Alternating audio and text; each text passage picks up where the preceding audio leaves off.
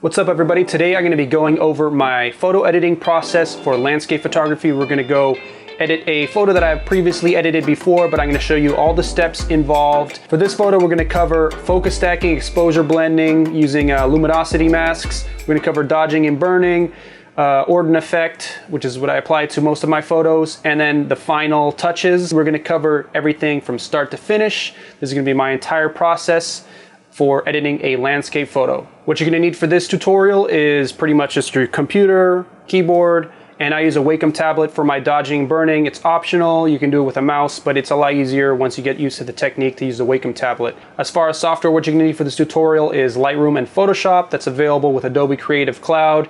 In addition to that, I use a plugin in Photoshop for my luminosity masks. There's numerous plugins out there. This one's called Raya Pro. It's the one I personally use, but I'll show you how that works once we get to Photoshop. So to begin, I'm going to show you the photo that's going to be our final product. This is what we're going to end up with. And then we have 5 exposures. We have 2 for the foreground and 3 for the background. You can see there are these bare grass flowers in the foreground and a distant mountain. It's called Bear Hat Mountain. This location is Hidden Lake Overlook at Glacier National Park. And so what I'm going to be doing, just to give you a quick overall, is I'm going to be combining the exposures for the background. You can see a drastic difference in the exposure level of the sky in the foreground, which is why we shoot bracketed images. In addition to that, because the bare grass is so close to the camera and the mountain is so far away, we're gonna have to focus stack. So this is something you can easily do in the field. Just focus. I did a tutorial about this. I'll link it at the end, but you focus on the foreground, take your shots, you focus on the background, take your shots, and then you end up with everything you need to have a properly focused and exposed photo. So now that we got our exposures all together, let's dive into Lightroom and I'll show you how this works. To start off, you're gonna look at your photos and double check to see where the exposure is. If I zoom in onto these flowers, you can see these are nice and sharp. As you get further back, you start to lose flowers. I didn't shoot a mid-ground image for this one. Maybe I should have, but it's not entirely necessary. You can see, of course, the mountain is definitely out of focus. And we zoom back out here. I'm also going to crop this as a 4:5 for Instagram because it's a lot more Instagram friendly. Instagram doesn't allow 16:9 images. Let's look at our background image here, shot pretty much within the same time. You can see the sun and the shadow moves a little bit here, but it's not a big deal. And we can see here where the focus begins. It's about this tree line. Some of these bushes and grass here are out of focus, but it's not a big deal. And then we can see the mountain is clearly in focus. If I really start to pixel peep here, it looks like it might be a tiny bit out of focus at the top and then more in focus down here.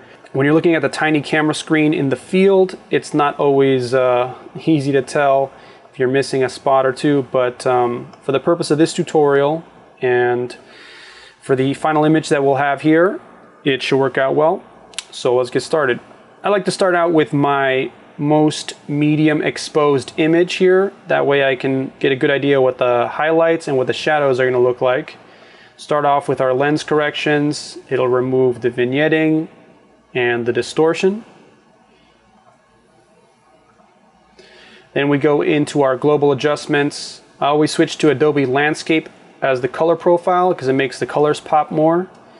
Then the first thing we're going to look at here is our white balance. Now everybody has their own photo editing style as far as what your final photo looks like. I tend to look for photos and shoot photos that have magenta in the shadows and orange and yellow in the highlights. I'll show you how we adjust that later, but first, we're going to mess with the white balance settings here and see how close we can get and then adjust from there.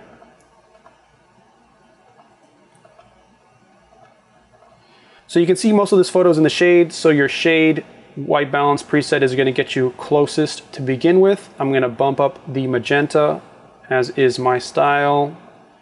Try warming it up a little bit and adjusting the magenta accordingly. And with the slash button on the keyboard, you can see your before and after and get an idea of how your progress is going. You don't want to overdo things, you don't want to underdo things. So you kind of get an idea of how it's progressing. We can see how it is very green and bluish in the raw file and then the white balance has made it a little bit more magenta, a little bit more of a sunrise look to it. That looks good for now, so we'll leave the white balance as is. I'm going to bring down the highlights a little bit, the shadows a little bit. We're of course going to be using the brighter exposure for the foreground and the darker exposure for the sky in our final edit, but just to get an idea of what it looks like, we're going to use a little bit of highlight, a little bit of shadow adjustment here in Lightroom.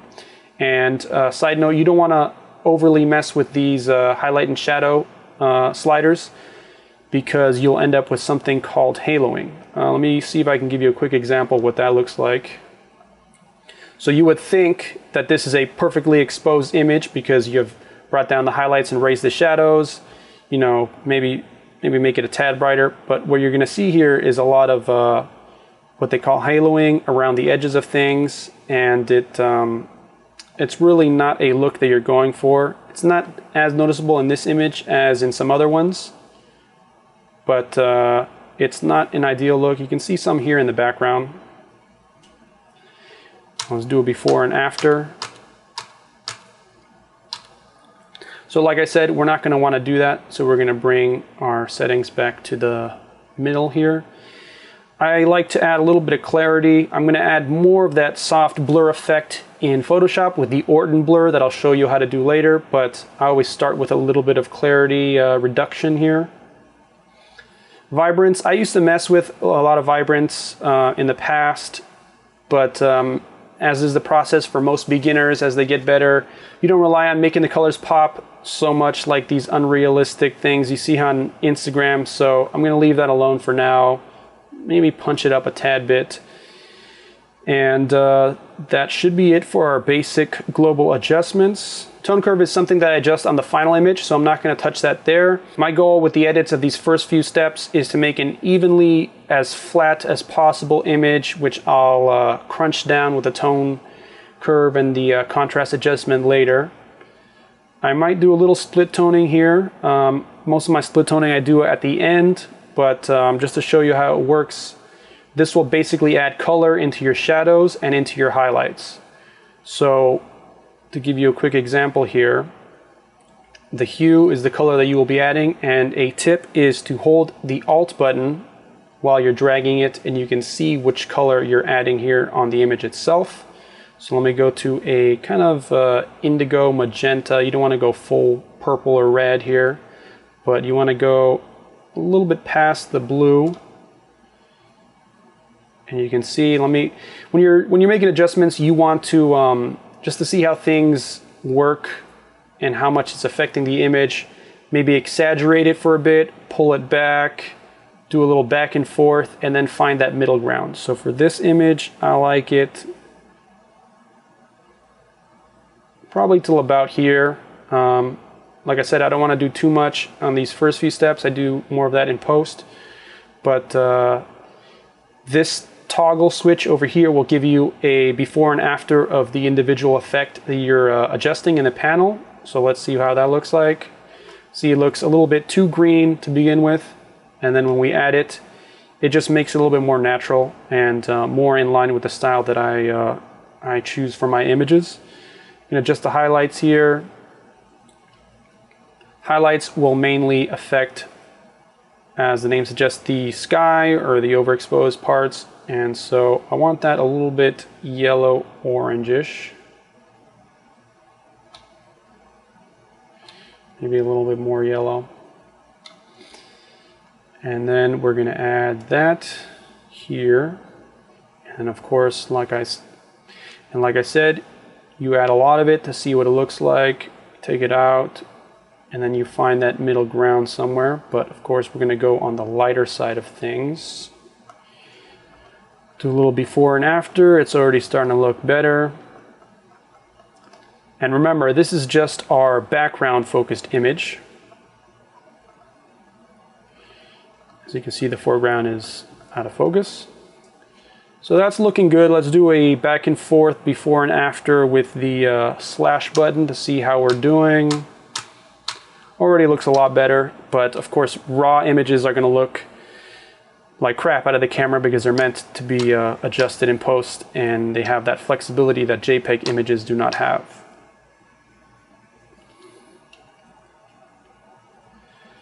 Once we have that base adjusted, we're going to want to sync this with our other images. When we sync this with our overexposed image, it is going to blow out everything over here, so we're going to have to make some adjustments after the fact. And when we adjust our underexposed image, it's going to be a little bit too underexposed, so we might have to make some adjustments there. So I'm going to control click all these images, including the ones back here for the foreground, and click sync, and that'll apply all these settings to all the images equally.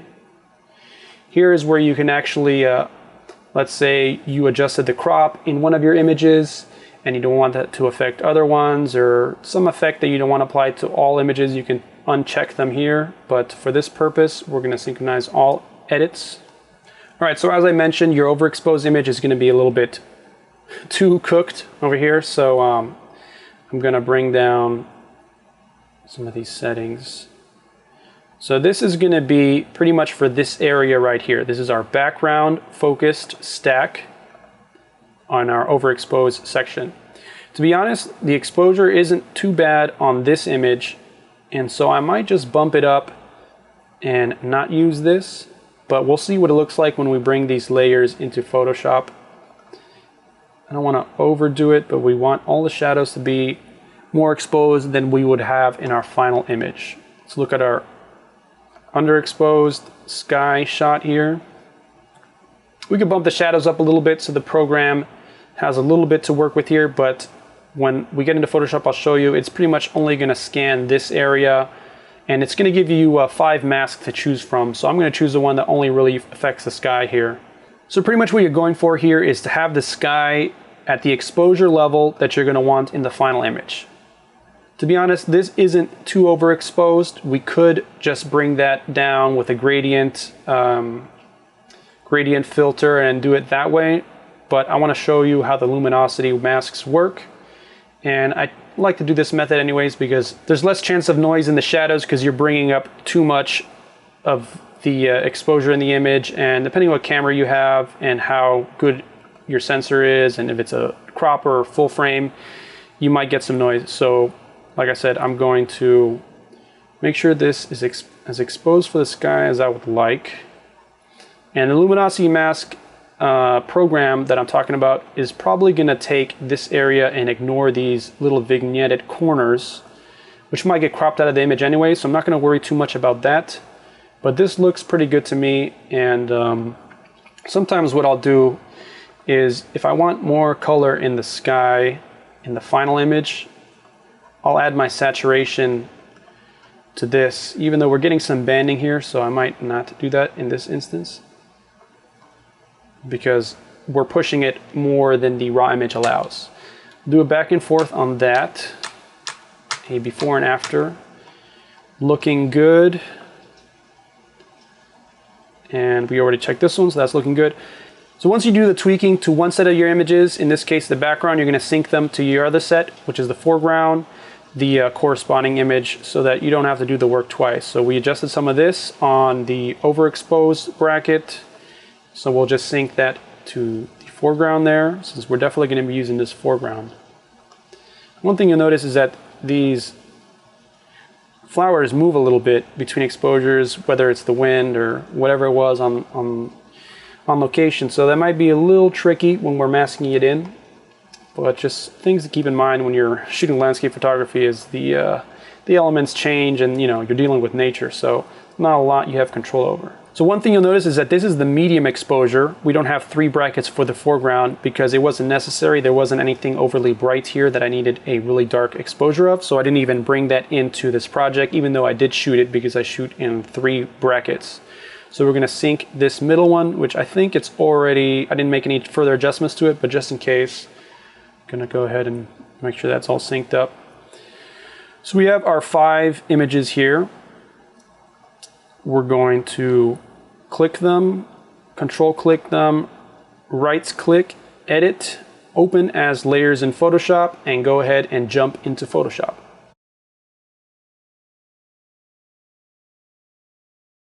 All right, we have our 5 layers here. Some people rename them, but I'm kind of lazy, so I just remember which order they were in and rearrange them as such. So these 3 are for the background. and these two are for the foreground. You want to deal with them separately and combine the exposures first, and then move on to the focus stacking part, because you'll have two images from there. So let's get the exposure blending out of the way. This is the panel that I was referring to. It is the Raya Pro. It has multiple little panels here. This is the hub here, Raya Pro 5.0. It's a little extension you can buy online. I have no affiliation with it. I'll put the link in the description, but it's about 45 bucks. I believe they're having a 50% off sale, 22 bucks. So it's really not a lot of money for this little add-on that makes your job so much easier in post when it comes to these luminosity masks. This plugin has a lot of features that I don't even really mess with. I think it can blend according to color zones, and there's a whole bunch of features, and I really only use it for the first stage of my exposure blending, because even though I'll use the luminosity mask that this creates, I'll further tweak them and adjust them to my preference. So it's really just a starting point. So what you want to do is hide everything that you're not currently working on. These are our foreground shots. This is the background bright exposure. So we have the dark exposure over our base exposure. You always want to put the one that you're working with on top and have it selected. So as we can see, there's the dark, or there's the bright, and there's the dark. So it's gonna scan all this and anything that is a lot darker than its base layer and create a mask with the same shape. You click on this button here, Auto Dark, let it do its thing, create the layers. As you can see, this takes only a few seconds, so it's a big time saver when it comes to editing your landscape photography. So from this list here, you can actually see the mask. The dark part, the black, is what is not included in the mask. And the lighter colors, as you can see, it's a tone, it gets darker as it goes up here. So these, the more gray and the more black it gets, it means it's less part of the mask. There's videos out there that explain how there's videos out there that explain how masks work. I'm going to assume you have a base understanding of masks and how the white adds and the black subtracts. So looking at our masks here, you can hide and unhide the layer here to see what it is doing. I believe it starts with the first selection of these 6. And as you click through, it has different versions of the mask. 6 uses the least amount of the dark exposure here, and it kind of builds its way up to the first one. And you can see what these layers are doing, like I said, right here. So just visually looking at these layers, I can see that something around 2 or 3 is going to be what I want, because I don't want anything darkening the foreground, which looks like what it's doing on this shot. So it's going to be maybe 4, but I think 2 or 3. So we're going to click here and see what they look like.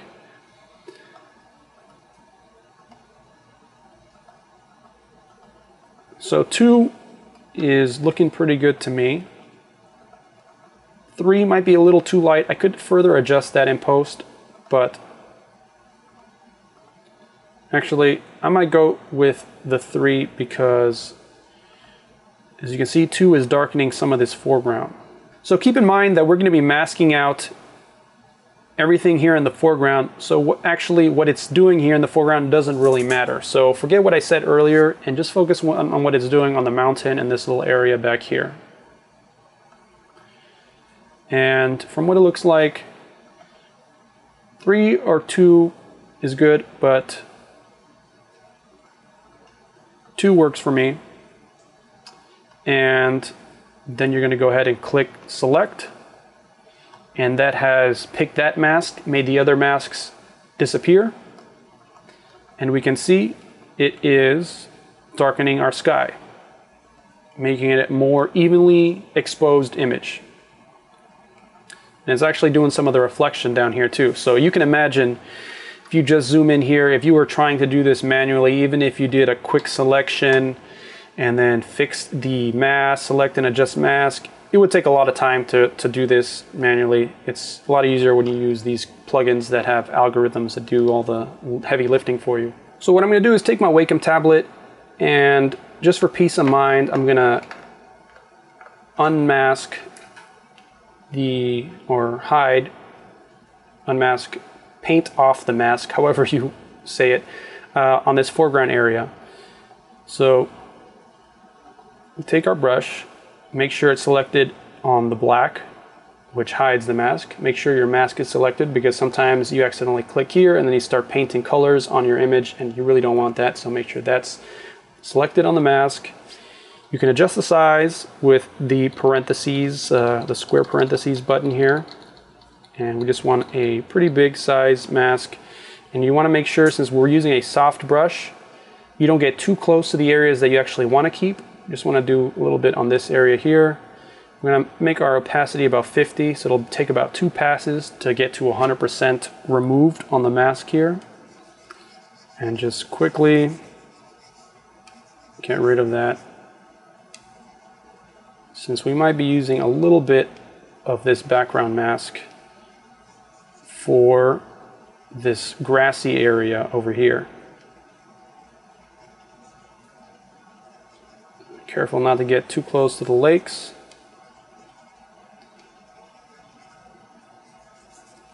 Okay, so do a little before and after there. As you can see, it's still affecting some of these flowers, so I might make the brush smaller.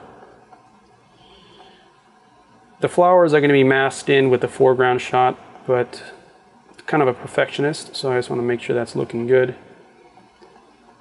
All right, so that's good for our background. We're going to go ahead and usually you want to create smart objects and not have what they call destructive editing, but then you're going to have a crazy amount of layers here and folders and all this stuff. So the way I do things, once I see that it's the way that I like, I commit to it, select both layers, go to Layer, and click Merge Layers, and then that is done. You can always do go back in your history at least a few steps if you realize that you want to adjust something, but I'm committed to that, and that is done. So now we put our overexposed part on top of what is the combination of our mid and our underexposed blend here. You can see it has changed the name also. So a little before and after on that. And a side note, if you're shooting somewhere where you think you might have moved the tripod, or you know you moved the tripod, or you're shooting seascapes or something and things move around and your images aren't exactly lined up, you can highlight all these images, go to Edit, Auto Align Layers, and it'll line them up. And you might see small areas here that are not included in the photo. You'll see the checkerboard thing that Photoshop puts there. And just to make sure that everything is lined up, because if you blend in exposure that's not lined up, you'll see some ghosting and some weird effects, so you definitely don't want that. A little before and after to see what we're doing here. It's really just going to bring in a lot of this mountain area, which isn't too dark here. Like I said, I could bring that up in Lightroom using radial filters and stuff like that, but I'm going to go ahead and use the Raya Pro for this. So we got our 2 layers here revealed, the other 2 are still hidden. And since this is a brighter layer, this is the overexposed, we're gonna, instead of clicking Auto Dark, we go over here where it says Auto Bright, Blend Bright Exposure, click that.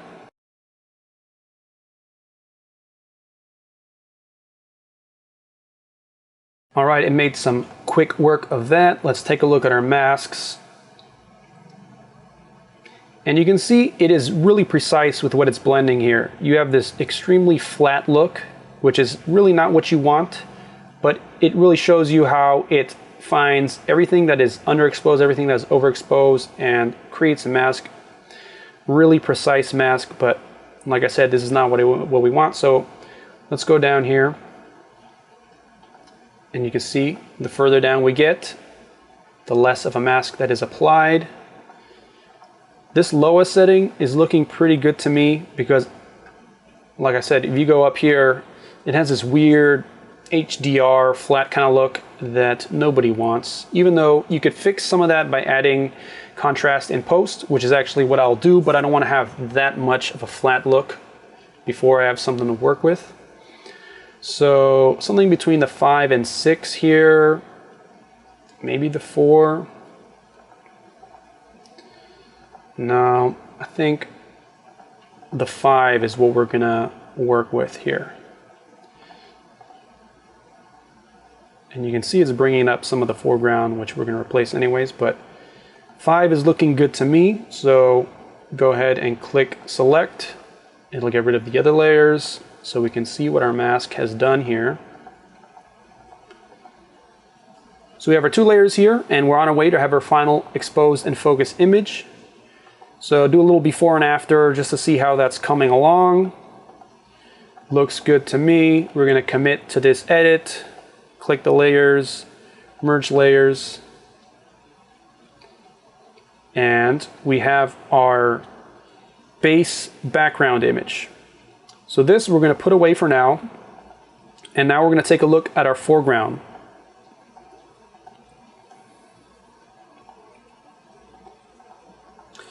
Now what's worrying me about this is you can see the flowers move a little bit, as I mentioned before. So that's going to be a little bit of an issue. What this means is we're going to have to use significantly more of one mask or the other. So here's where you're going to decide what is going to be more.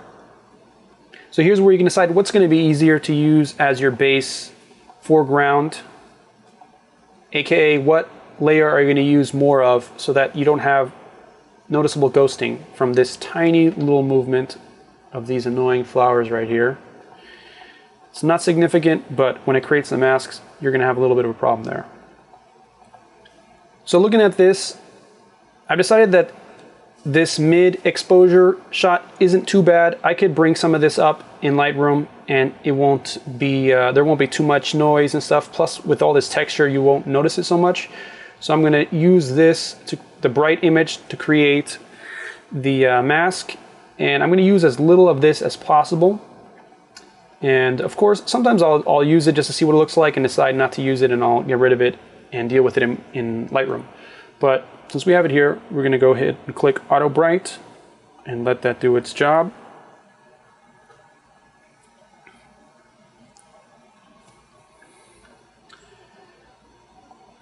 So remember, this is our foreground shot, so it doesn't really know what it's doing, and so it's obviously going to brighten the sky and all that, which we're going to mask out, so I'm not too worried about that. Like I said, we're going to use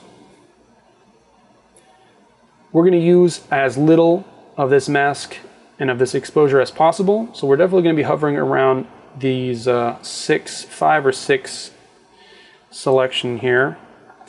And we can see that is really doing more to this area than it is to the flowers, which is a good thing because the flowers shifted, as you saw.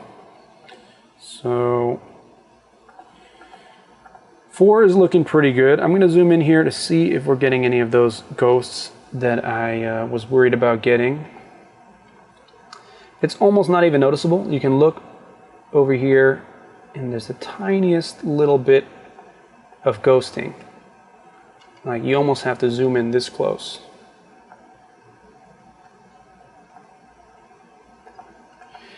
And you can see there's a little bit of black areas around these flowers where they shift in one image and the mask is not including them. But if we get all the way back out here, I mean, I don't think any phone can zoom in that close. So it's not too big of a deal. And this looks like a pretty good exposure to work with as far as all this area. I'm pretty sure I'm gonna darken all this when I get to the dodging and burning and brighten these, because these are kind of the focal points, you know, bringing you over here to the mountain, and they sort of mirror the mountain, which is why I like this composition. Looks like a triangle and a triangle. So that's looking good. And so remember, we selected our 4, I believe. Go ahead and select that, blend that in, and now we have our foreground mask right here. Do a little before and after, see how it's affecting our image. Pretty sure I'm going to keep that, so I'll select both layers, commit to this, merge. And so now we can rename these because they're both called blended, and you're going to have to zoom in to tell which is which. So if you want, you can go and rename these. Foreground and background. And we can see the flowers shift considerably between the foreground and the background too. Which might be a little bit of an issue because I think I'm going to be masking in some of these flowers individually. Because there are flowers that are further back, they're out of focus in the foreground. So it's going to be a little bit of a tricky situation here. Though I think what I might do is just mask in the entire foreground area, and then I'll see which of these flowers in the background are in focus in the background image, and just mask those in manually. What I want to do as a test also, this is mentioned in my focus stacking tutorial, is see how Photoshop handles this, because Photoshop has a feature called Auto Blend Layers, which will look at your layers and find the areas that are in focus and out of focus and create the masks accordingly, which I don't like to let Photoshop's algorithm do the work because sometimes it does some weird things. But we're going to see how it does with this. You have to make sure it's on stack images and everything here is okay. Click OK. And we'll take a look at how Photoshop did.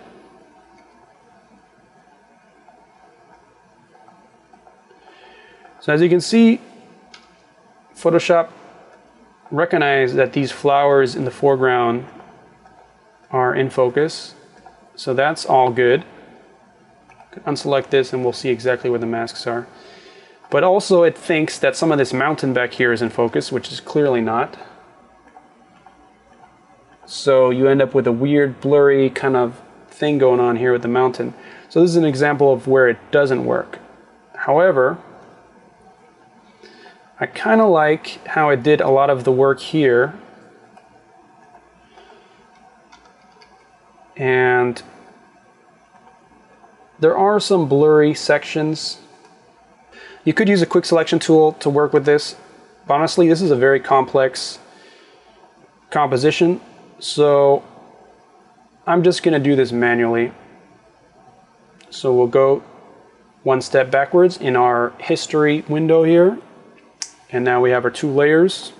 So when you're manually masking in two exposures for the focus stacking, there are numerous ways of doing it. You can just go right here. If you have a simple composition, you can literally just take a brush. And let's say we didn't have anything sticking out into the background and this was all evenly focused. I would just literally paint this all in. You put your foreground on top. You click the masking tool, which will create a mask of the whole area, and you can erase the parts that you don't want. Or you can do the opposite, alt-click the masking button and switch to the white brush and paint in the areas that you do want. It really depends if you're going to be doing more removing or adding. But for this situation in particular, it's going to be a little bit different. So what I'm going to do here is I'm going to eyeball the areas that are in focus and that are out of focus. As you can see, all of this back here is out of focus. These flowers sticking up are in focus, and then at about this area is where we start to lose it. So every photo is going to be a little bit different, but what I think I'm going to do for this area or for this composition is using the quick selection brush. I'm going to select everything that I want to be included in this mask. So all these big flowers, and this is just a quick selection. If the brush gets a little crazy, you hold Alt and you can deselect some areas, and the brush kind of learns what you're going for, and it'll see, I think it uses contrast detection or something. And it'll kind of see what you're trying to select and what you're not. Some of these flowers are hard to tell, so you'll have to shift back and forth. Some of these are out of focus on both, which is my fault for not shooting a mid-ground focus, but you can see two of these flowers, actually all these flowers are good for the foreground, so go ahead and select that. And then deselect some of this green area and these distant flowers. And just kind of work your way through the image.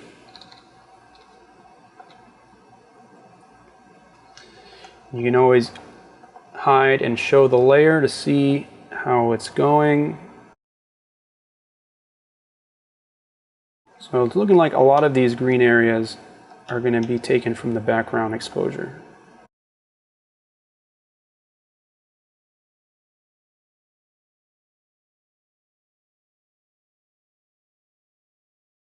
This is a very busy foreground, which I'm going to dodge and burn out, so I can kind of bypass getting this exactly perfect.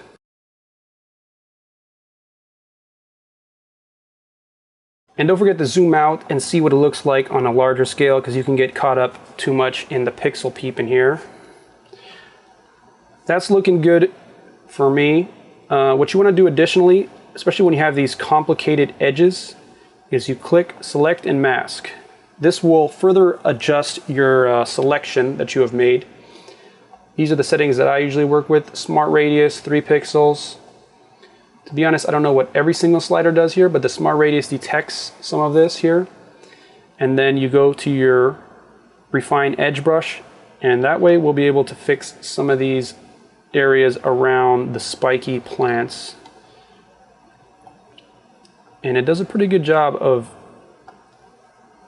seeing what needs to be selected and what doesn't. And that way you don't have to get your quick selection brush so precise.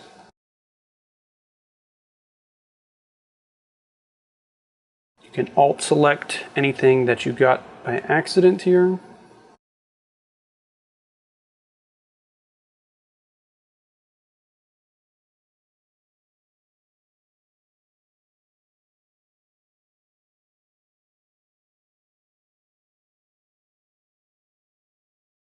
So there's a lot of work you can do here, but this looks good for now.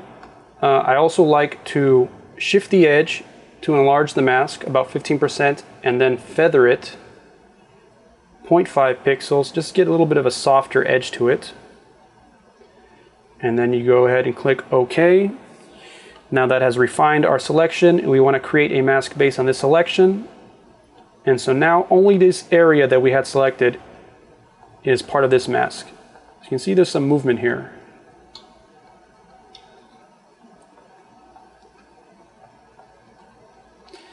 And the movement has created a little bit of ghosting,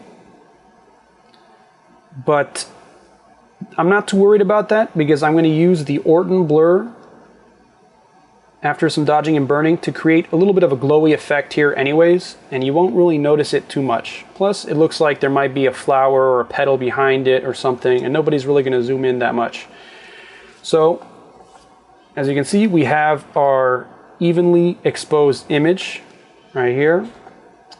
Zoom in a little bit and see if there's anything that we want to paint in or remove as far as the mask. Some of these areas look a little weird, but it's such a complex texture that I do not think it will be that noticeable. Some of this area, if you do a back and forth,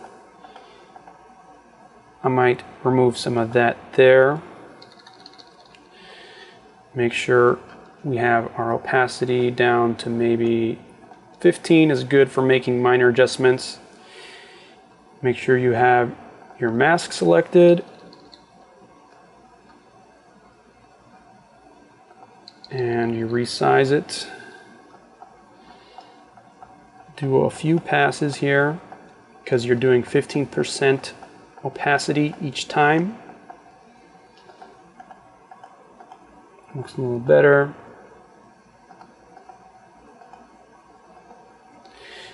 And that's good enough for now. So we have our evenly exposed area here separated into 2 layers. Oops. And so we're going to click, we're going to merge our layers, and you want to keep saving your image as you go along. Don't forget to do that. So we have this nice flat image here, right? We're going to bring the contrast out when we get to Lightroom and do some final adjustments there. So what's left to be done in Photoshop is any removal of distracting elements. You do a little bit of edge patrol, border patrol, and also I'm gonna resize this for Instagram. As I mentioned, 4:5 is a good aspect ratio for Instagram. So I'm gonna go ahead and do that now. We can cut out a lot of this foreground because there's really nothing going on here. And I wish the sky was more interesting. Wish we had some clouds or something, but it's not a lot that can be done. So normally I would include, in this composition, I would include a little bit more sky if there was interesting colors, a pre-burn or post-burn. This is sunrise, so it'd be a pre-burn. But I don't want too much sky, and I want just enough foreground.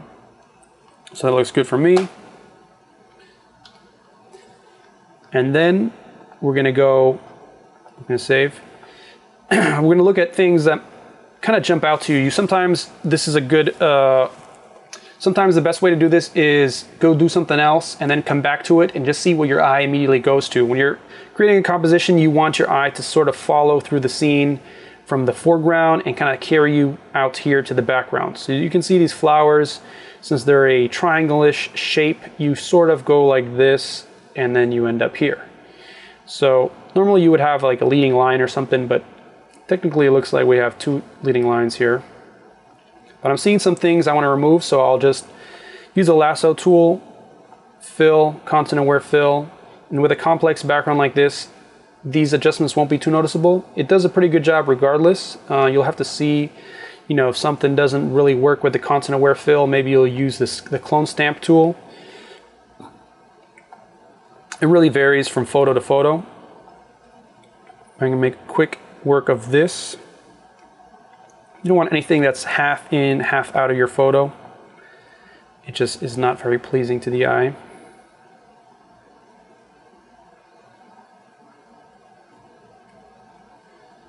These flowers, kind of, it is what it is. There's a little bit of more white stuff here.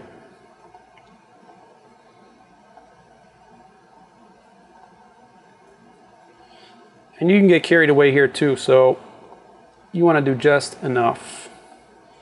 So that's a little bit of border patrol. You also want to remove anything that might be distracting.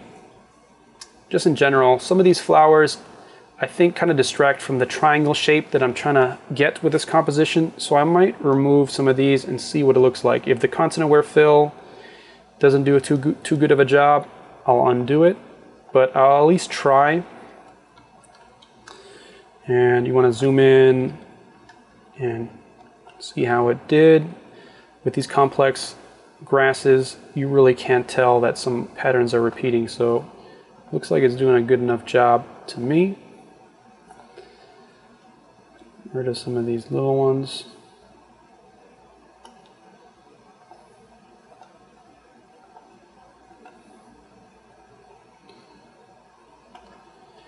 Any of these outliers which would be distracting, you want to remove. And if you have some weird things going on with the content aware, you can content aware to fix that too. This one might be tricky with the tree here, but we'll give it a shot.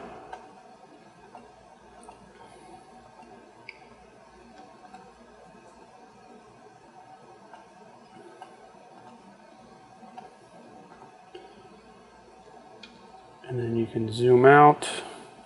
See, cleaning up those areas has already improved the image a lot.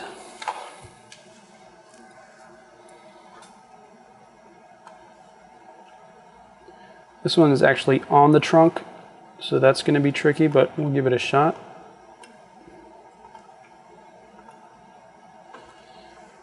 Not really sure how that works, because then it looks like the tree is floating, so I might just leave that one there. But it's looking good, so I think I'm done with removal of distracting elements. Check anything back here. This tree covering the lake kind of bothers me. So I'm going to see if I can get rid of that.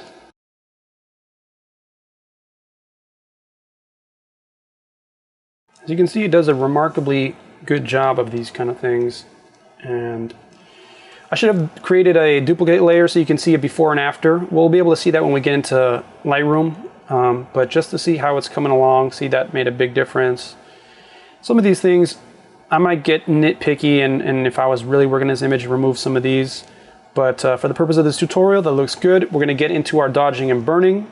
So for dodging and burning, there are numerous techniques for doing that as well. There's actually a dodge and burn brush here. You can see a burn tool, and if you click and hold, you'll see the dodge and the burn here. So if you were to do it this way, make sure you have your layer selected. And you can see, the dodge tool is basically just brightening up the areas. And you can adjust the exposure and how much it's doing it up there. And then if you were to go over here, go to the burn tool, and it's doing the opposite. And the purpose of dodging and burning is to further accentuate the areas that you want the eye to focus on and take attention away from the areas that you don't want to. The human eye naturally goes to higher exposed or brighter areas, which will help you in creating more of the leading lines and refining your composition. It's something you really have to study some images, and then you'll notice patterns and how people compose and deal with this kind of thing. But for the purpose of this photo, I'm gonna burn, AKA darken, everything out here, a lot of this grass, everything that's not these flowers. Might leave the mountain alone. Might burn a little bit of these forests here. Just create more drama by creating shadows, which we will further accentuate in Lightroom when we use the tone curve. But you create a base for what you want to be darkened and brightened with a tone curve in Photoshop by dodging and burning. So it's part of, it's like the first step out of 2 in creating a higher contrast image and really refining your composition. So I'm going to speed up this part because it involves a lot of pen strokes. So I'm going to go. So I'm going to show you the way I do this. Like I said, you could use these tools, the dodge and burn tool, but what I like to do is create a copy of your image, go to Adjustments, Curves, and I'm going to start with the dodging here actually because the image is overall dark, and I want to make sure the areas that I want to pop are bright. So you go to curves here and you adjust it here as if you were overexposing the image, but of course remember this is that one layer on top. So this is going to be the brightness of the areas that you're going to be dodging. You can do a little before and after just to see what it's looking like. So you have your bright layer, which is an exact copy, so you don't have to worry about any alignment issues or anything. You're going to alt click and create a mask. So now that is completely masked out. You go to your paintbrush tool. I usually work with an opacity about 15%. Some people lower the flow, which means that you need multiple pen strokes, and every pen stroke will add more of that effect. But I just like to have it at 15, which is very low, and just work my way from 15% opacity. So I'm going to start with these flowers, get my Wacom tablet. This is where the heavy Wacom activity comes into play. Make sure you have the size of your brush accordingly, and you start painting away.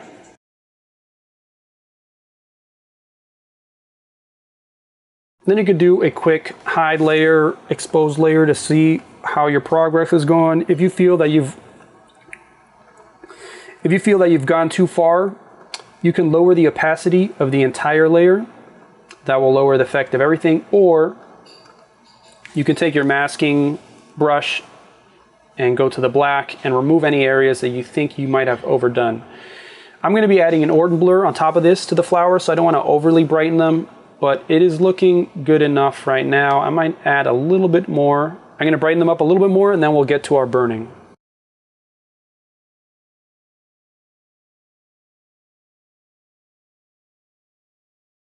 So you can see that's a dramatic improvement already.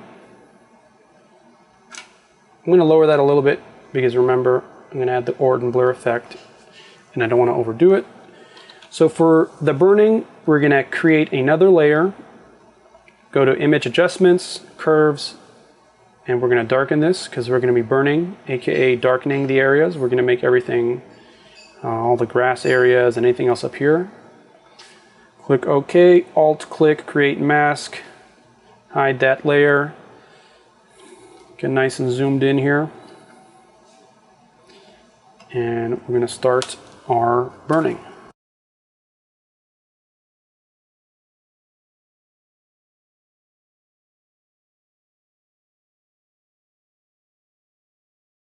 This is also a good way of creating a sort of vignette and something that you can further accentuate in Lightroom, but you start to darken some of the areas on the outsides that you're going to apply a vignette to, and just to have a little bit more of an accurate vignette, so to speak.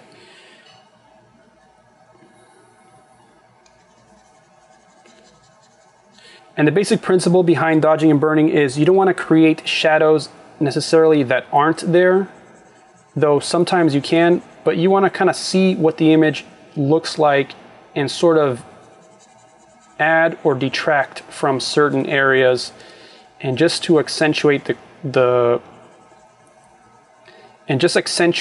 contrast that's already there. As a rule, you'll notice that things closer to you will have a harder contrast, the difference between dark and light, and the further back you go, you'll see things kind of fade off, and you don't want to adjust too much dodging and burning back here and make hard shadows in the distance, because that's really not natural, and you'll tell right away when things have been overdone. So you want to focus on things mostly in the foreground, and if you do stuff back here in the background, just cover the whole area. Don't try to accentuate shadows too much in the background, which will make it look unnatural. I kind of want this mountain in the middle to pop, so I am going to be burning everything here on the outside. Let's do some of this grass, because I want your eye to be carried all the way up here towards the middle.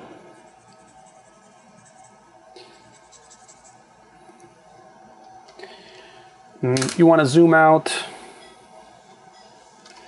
And you want to zoom out and hide exposed layers, see how your progress is looking. It's looking pretty good. And if you want to see where we started, this very flat image, add some shadow, add some highlight, and it's starting to get there.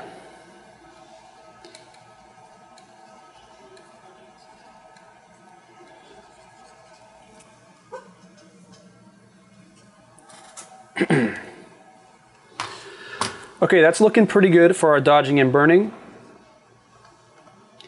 Final step of what we do out here in Photoshop is our Orton Blur. Orton Blur, if you've seen photos on Instagram or the internet that have this kind of dreamy, slightly blurry but still sharp look, it is called the Orton Blur effect. There's a history behind it. You can go ahead and Google it. I'm not really sure. I did once. I don't remember what the story was. But basically, you add a blur effect similar to the clarity slider to parts of your image, usually highlight areas, because it doesn't really look right when you add it to shadows, but you add it to highlight areas, sometimes only on the edges of highlight and dark areas, and it'll create this dreamy blur effect. We'll accentuate that a little bit with clarity slider in Lightroom, but I like to get a good base blur effect going on here. I'm probably going to only do it to these flowers up here, maybe some of these reflections. And then since there's no clouds up here, I'll do the whole sky and make sure I get a little bit of the edge here. You don't want to cover too much of the mountain, because then it just looks like a weird blurry effect covering your whole image. But I like to be really selective with it. And there are numerous ways of doing the Orton Blur effect. Some people just apply it to the entire image and then use the blending mode and mess with that. I have a specific way that I learned online how to do it, and this is how I do it. So I have my two layers here, the dodge and burn layers. You want to create a third copy, Control J on the PC. I'm going to go to your Curves Adjustment in the Adjustments panel. I like to set a point down here in the shadows. This is the highlights and this is the shadows. And you can create contrast curves and all kinds of stuff with this. But I like to only bring up the highlights, because you want to add a blur and you want to add a little bit of a highlight to it as well and paint that in.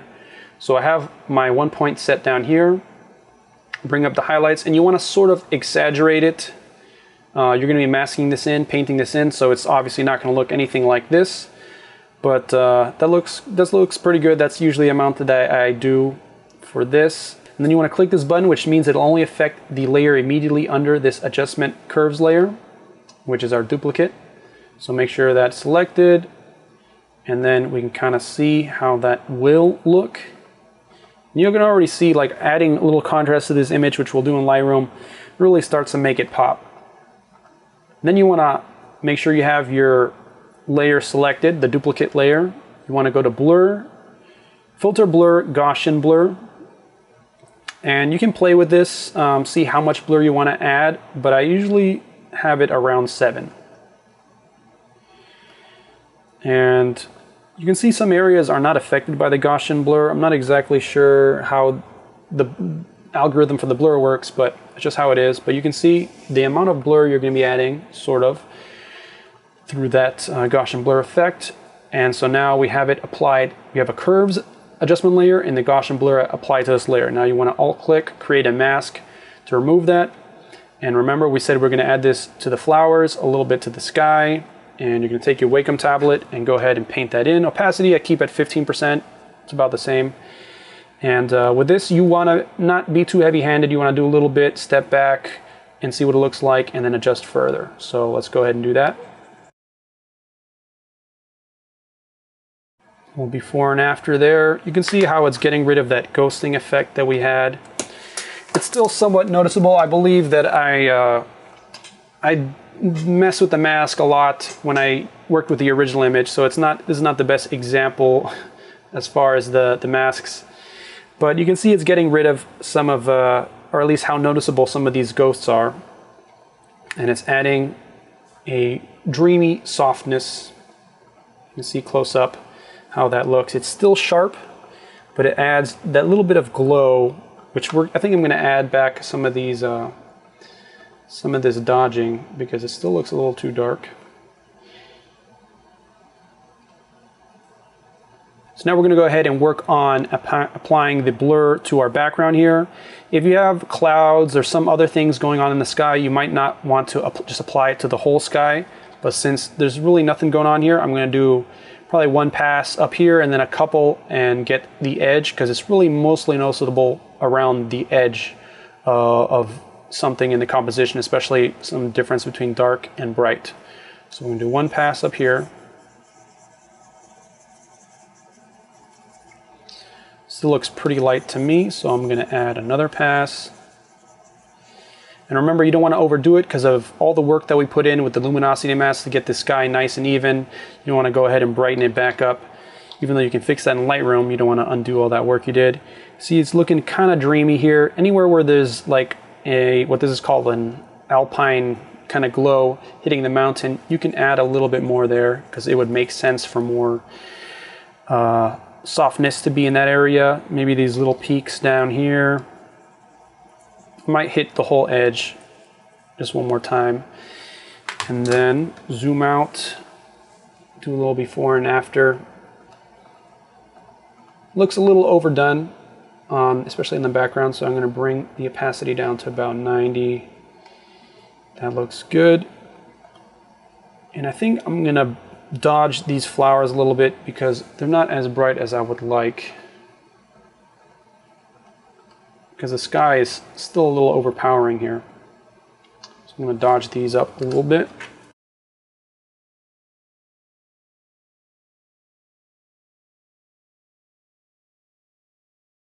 So the ghosting over here is bothering me quite a bit, but I'm not going to mess with it so much for the purpose of this tutorial, because then it'll extend the time of this tutorial, which is already going past an hour.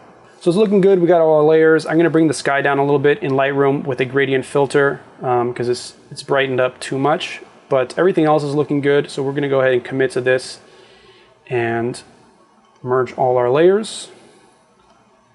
There's no going back. We save that, close that, and it'll be over here in Lightroom. And if we want to do before and after of where we started, it's a very dramatic difference. We can see this high contrast, all this messiness going on over here, apart from the out of focus foreground, and we've gotten to here, and it looks a lot better. It's a little too dreamy, a little too much Orton Blur, I think, but if you add some more overall clarity, it'll kind of even it out for the entire image. If we're looking at our target image here, you can see this is a very high contrast image. I'm not sure if I would edit it this same way today. And you can see there's no ghosting here, so obviously I did a better job with the masks. But you know, it is what it is. It might be a little bit too bright here, but anyways, this is what we're working with. I might take that clarity off. I think I overdid the Orton Blur, but it's just for effect. So let's fix this sky first.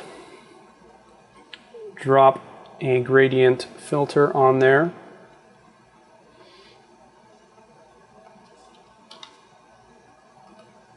And you want the center line to cover the horizon of what you're adjusting. This will start to gradient out, as the name suggests, but we'll apply a range mask to that to fix anything that it bleeds over onto here. So lower the exposure, change the range mask to luminance, and we'll mask out means it won't affect any of the dark areas. Do a little before and after to see exactly how much it's affecting things. And that looks pretty good. Brought that sky down drastically.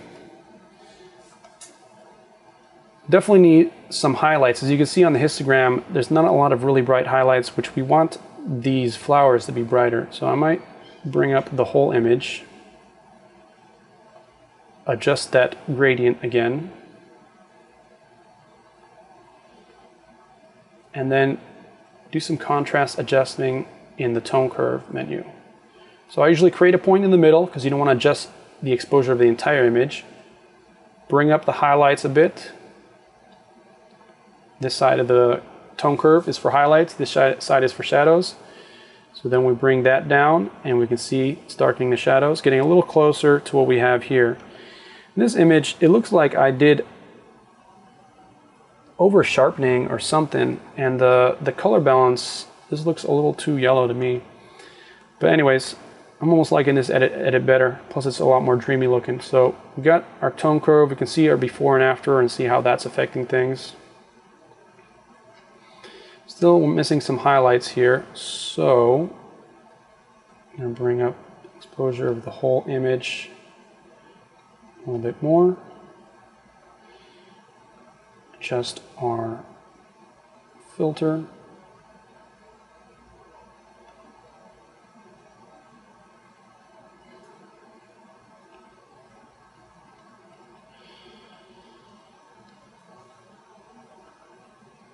And this image seems a little bit more desaturated, but you know, editing styles change over time, so it's just how things go.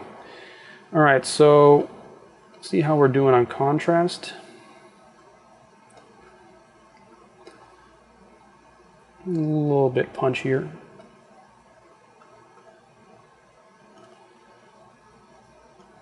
And as I mentioned, I'm going to do an additional split toning here,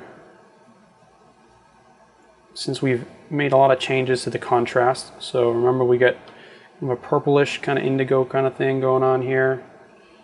Add a little bit of that. And then we have our orangey highlights, which looks like it's easy to overdo. Well, before and after, just a lot of small adjustments. A lot of small adjustments is what it takes to really get a nice image.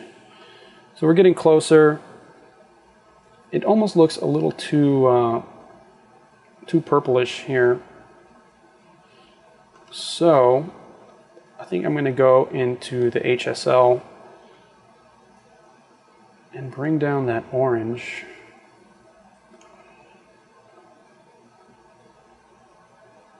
Because the orange almost looks nuclear right now. You can see that kind of helps there. We'll do a little before and after on the entire image. And these flowers are certainly popping. So for the purpose of this tutorial, I'm pretty happy with what it looks like. Seems like my editing style has changed since this. As I mentioned, this one is a little bit less magenta, which I could just bring back some magenta in here and see if I can get it to look a little bit more like my current style.